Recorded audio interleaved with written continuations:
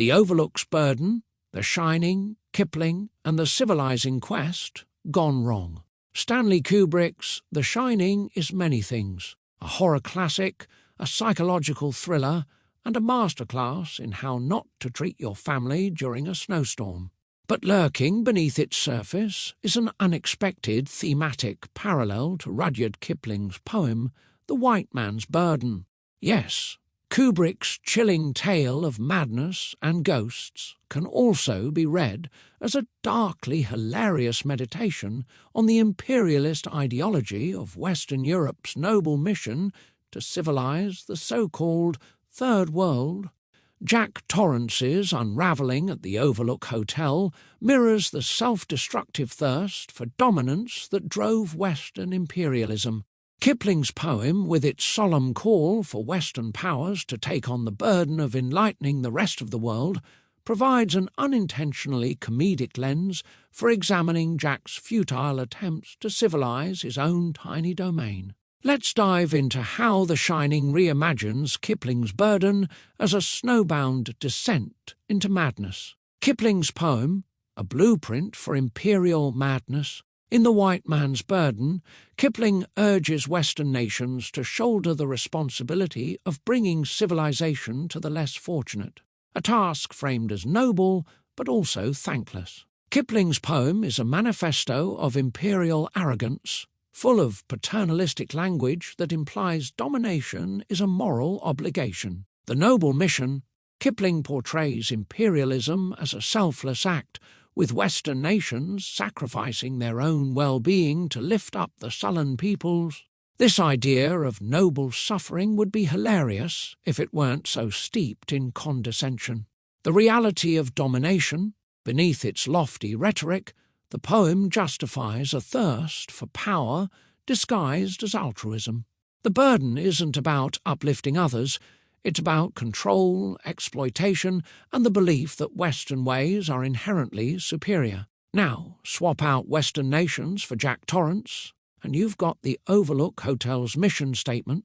Jack Torrance, a failed imperialist. Jack's journey at the Overlook Hotel is essentially an imperialist fantasy gone horribly wrong. Like the Western powers Kipling glorifies, Jack sees himself as a great man burdened with responsibility to the hotel, his family, and, most importantly, his ego. The civilizing hero, Jack arrives at the Overlook with grand aspirations, imagining himself as the master of his domain. Like Kipling's imperialists, he sees himself as the bringer of order, whether that means finishing his novel or keeping his family in line. Descent into madness, just as Western imperialists often found their burden too much to bear. See pretty much every colonial disaster, Jack's quest for dominance quickly unravels. The weight of the Overlook's influence drives him to madness, turning him from a would-be hero into a violent tyrant. The Overlook Hotel, empire in microcosm. The Overlook Hotel itself is a perfect metaphor for the imperialist project.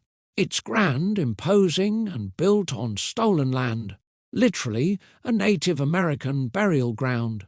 Its history is one of dominance and exploitation, much like the empires Kipling idealized. The hotel as imperial monument, with its opulent gold room and endless hallways, the Overlook reflects the grandeur of empire.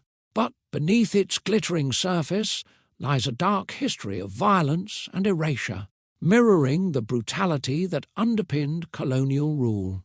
Ghosts of the past, the hotel's spectral inhabitants are the lingering consequences of its imperial ambition. They're not just ghosts, they're the embodiment of historical guilt, haunting Jack as he tries and fails to live up to the Overlook's impossible expectations. The burden as a justification for violence. In The Shining, Jack's invocation of White Man's burden to Lloyd the bartender isn't just a throwaway line, it's a window into his warped psyche. Jack sees himself as a martyr, burdened with ungrateful dependents, Wendy and Danny, who fail to appreciate his greatness. The delusion of sacrifice, like Kipling's imperialists, Jack frames his desire for control as a selfless act. In reality, his burden is just an excuse for his own violence and ego-driven thirst for power. The hotel as enabler, the Overlook feeds Jack's delusions, much like imperial propaganda, fueled the belief that colonization was a moral duty. Lloyd and Delbert Grady serve as ghostly Kipling figures, urging Jack to correct his family in the name of maintaining order. The comedy of imperial arrogance, Kubrick's critique of imperialist ideology, is laced with dark humour. Jack's unravelling isn't just terrifying, it's absurd, a parody of the self-importance that underpins both his character and Kipling's poem. Jack's laughable grandiosity, Jack's belief that he's a great man with a great destiny, is hilariously out of sync with reality. He's not a heroic figure bearing a noble burden, he's a guy losing a fight with a typewriter and a hedge maze. The hotel as a satirical empire, the Overlook's grandeur is comically at odds with its true nature as a psychological death trap.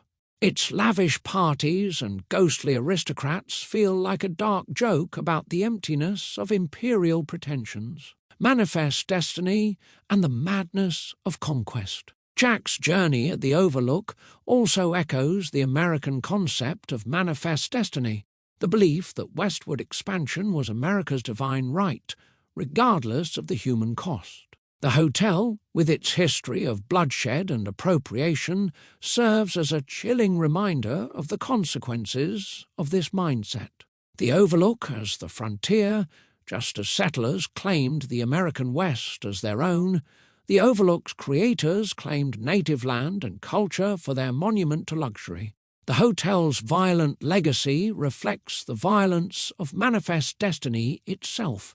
Jack's imperial collapse, Jack's descent into madness, mirrors the ultimate failure of imperial ambitions. His thirst for control destroys him, much like the hubris of empire often leads to collapse and chaos. Conclusion: Jack Torrance's burden. By linking The Shining to Kipling's The White Man's Burden, Stanley Kubrick critiques the arrogance and violence of imperialism through the microcosm of Jack Torrance's breakdown.